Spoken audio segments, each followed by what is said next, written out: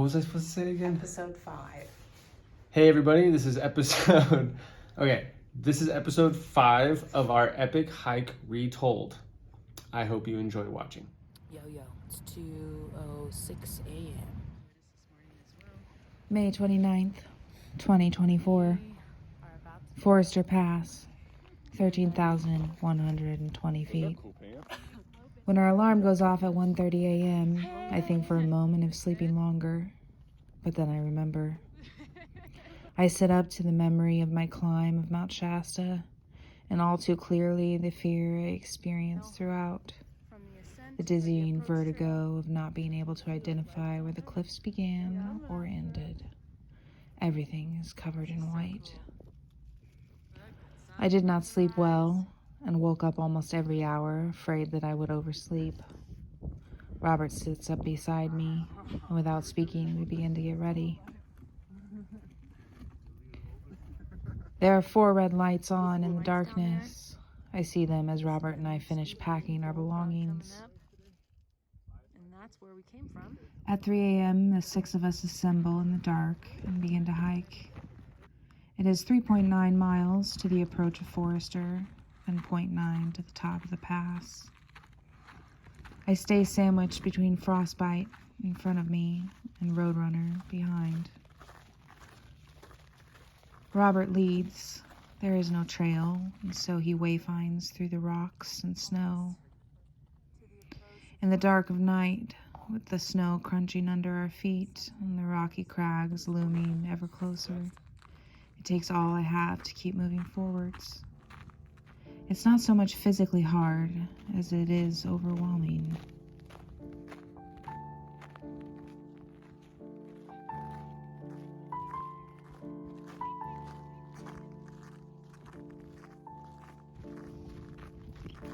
The snow is reflected in our headlamps' light, like sparkling flecks of diamonds.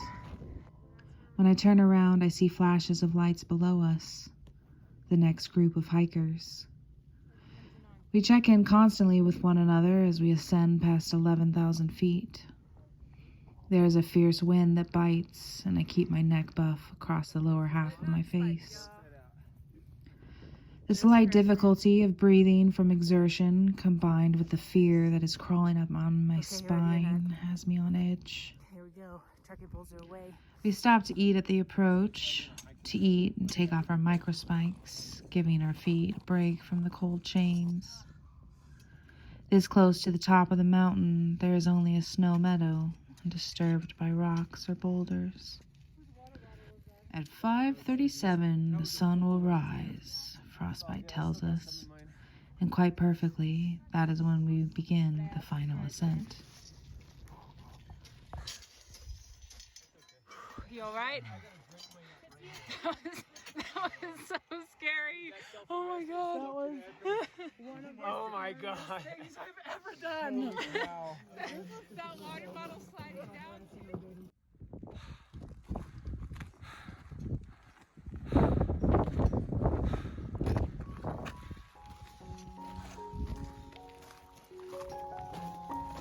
Then we are at the top. Nobody has died or slid back down the mountain, and it is immensely perfect when the sun rises just as we crest the pass.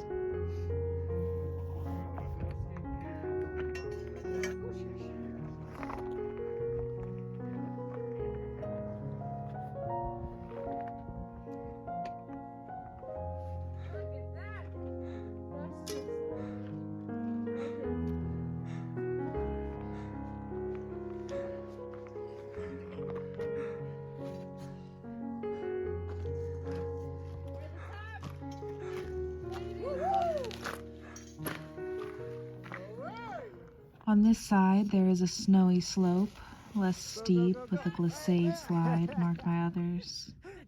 In the morning light, the snow is brilliant, blinding without our glasses. The rest of the morning goes quickly. The sun's surprisingly fierce this high up, and all the while the snow reflects back onto us. Even still, this world is beautiful. Rivers frozen by ice bridges, small paw prints frozen into the snow. There are trees again, and the snow becomes less.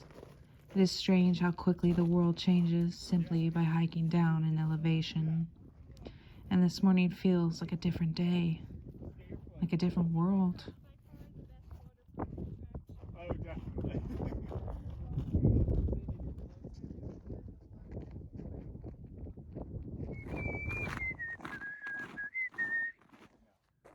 Lunch is at a snow-free patch of earth after several river crossings and more changes into lower elevation.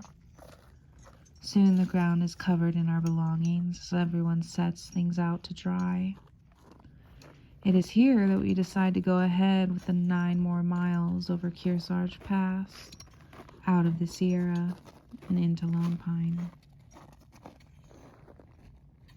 Kearsarge Pass is 11,791 feet, and we have hiked down to 9,533 off Forester.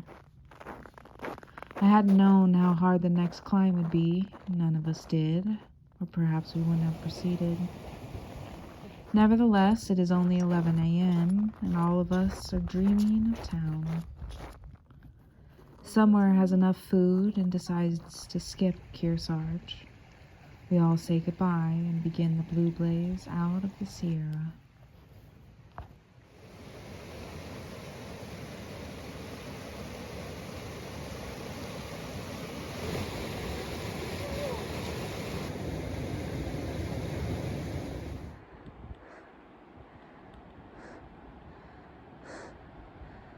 The next 9 miles are possibly the hardest I have ever done in my life. Our bodies are exhausted and close to shutting down. The snow returns, sloppy and slippery from the sun, and it takes all afternoon to hike 9 miles. We all spread out, each of us needing to find our own way up Kearsarge Pass. I think this is the hardest 8 miles I've ever done in my entire life. Wow. Robert and I eat cold-soaked mashed potatoes when we begin to crash. There are several lakes, small and blue-white, covered in snow. At the top, Kearsarge Pass is beautiful and looks out over Bullfrog Lake. The 4 of us meet up again at the top, and then we begin the descent, which are switchbacks that seem to never end. Do that crazy. All of us are quiet as we hike, too drained to speak. Got some snacks. Now all I got on the mind is pizza. Happy birthday, dear Susie. We get a shuttle into Lone Pine, and the 4 of us share Roadrunner's motel. It feels unreal what I have accomplished, and the entire day feels like a blur. Now the only thing a gambling man needs is a suitcase and a trunk. And the only time 15 hours of hiking, 2 mountain passes on 6 hours of sleep, experiencing the real fear of death. And now I'm sitting in town with a slice of pizza in my hand. not to do what I have done. For you spend What, huh? The 4 of us wait on the corner under a brown sign with a picture of a tent. It doesn't take long before a Jeep slows and pulls over. The cab is already packed. 5 guys take up all the seats, but the driver has stopped all the same. The truck bed already holds their 5 backpacks, but the men jump out to help and rearrange them. And a meat stick. Whenever we return to trail, I always find myself rethinking our life choices. The pack feels so heavy. Robert and I don't make it far before we sit in the shade and eat the fruit we bought.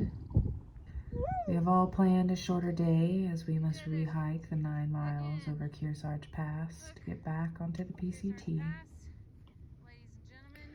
It's a beautiful hike, and the never-ending switchbacks from the previous day don't seem so bad this time. The view is different, and I'm surprised at how quickly the snow has melted.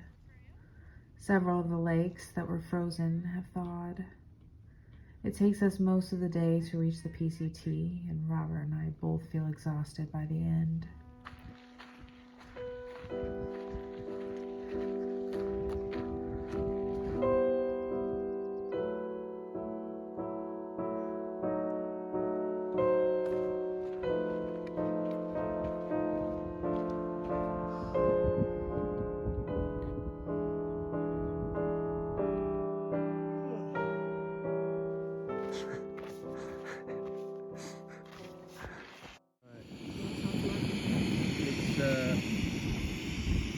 It's actually in my Dinner time.